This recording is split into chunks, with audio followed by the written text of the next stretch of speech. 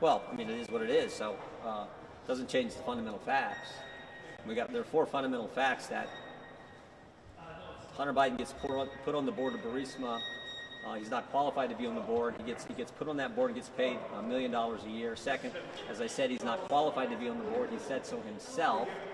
Third, in Dubai on December 4th, 2015, the executives at Burisma, Mr. Zolochevsky, Mr. Pizarski, specifically asked Hunter Biden, can you weigh in with D.C. and help us with the pressure we are facing from the Prosecutor General in Ukraine?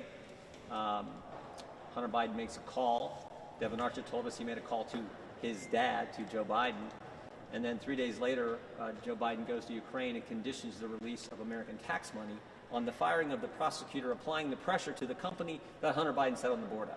Those facts, they don't change regardless of what this confidential human sources say. You said that this informant now charged with some of the most corroborating evidence. You said that in an interview last month. It did corroborate what I just said there, but it didn't change the facts. But those allegations from the FD 1023 are now found to all be lies. So how does that impact the investigation? I think you should ask the FBI why they were so reluctant.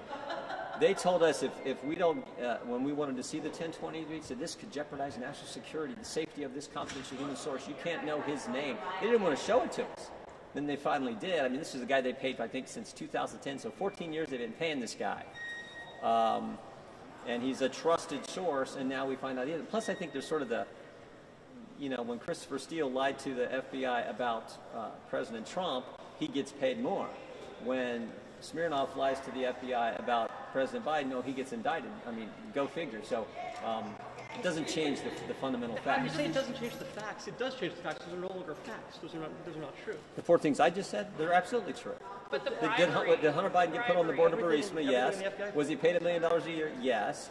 Did Joe Biden condition the release of tax money for the firing of the prosecutor who was applying the pressure? Yes. All 4 of those things are facts, absolutely, regardless of what the confidential human source may or may not have said. What do you make of Smirnov's connections to Russians, high-level Russian intelligence? We'll find out. That's obviously.